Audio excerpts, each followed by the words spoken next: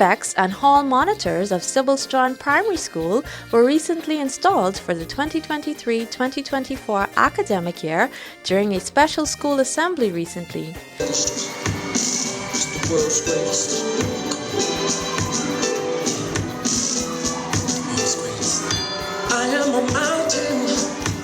Dr. Trevor Johnson Jr., the first Bahamian to graduate with a PhD in disaster management, brought special remarks to the crowd of excited students and supportive relatives. Prefects, regardless of how you became a leader, please do not take your job lightly. This is your training ground, and the knowledge, skills, and attitudes you will gain will be beneficial in life. Our education system needs the future teachers here at Sybil Strachan Primary School. Our healthcare system needs the future doctors and nurses at Sybil Strachan.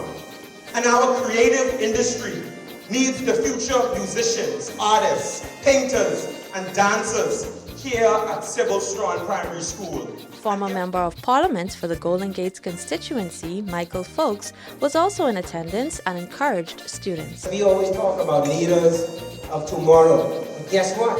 You are prefects today.